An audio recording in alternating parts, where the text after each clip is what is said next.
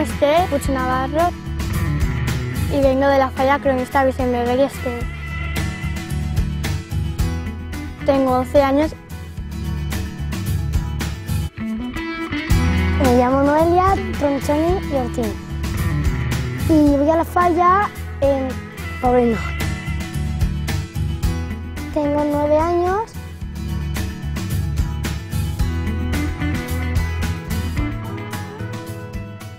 Hice un teatro que era la película de High School Musical en el colegio y estuvo bastante bien. Pintar es una cosa artística y me gusta un montonazo. Me encantó mucho, pero me da vergüenza. Crepúsculo, me encanta. Y ahora que van a estrenar en una nueva, vamos, no me la voy a perder. Las películas, las reales. O la de risa, de comedia, acción. De tiros también me gustan, la de Piratas del Caribe. Nos gusta jugar a veces al fútbol. Pues se me da bien de defensa.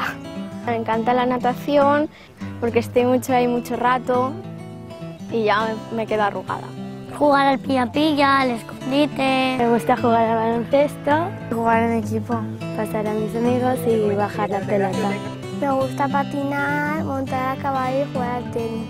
Cada sábado vamos ahí y montamos. Hay que estar tranquilo y con un profesor si no sabes mucho.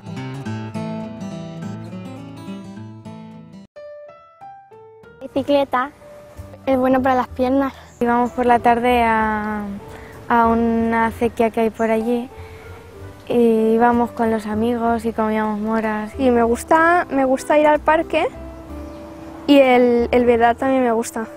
La tranquilidad. Noto que hay mucha tranquilidad.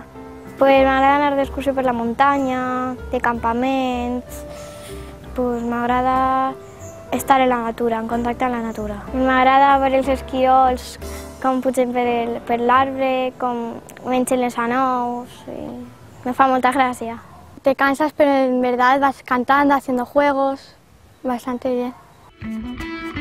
Ángela, Walda Maicas. Voy a la Falla de la Cochera. Tengo 12 años.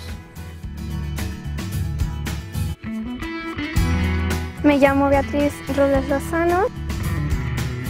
Voy a la Falla Santos Patronos. Tengo 13 años.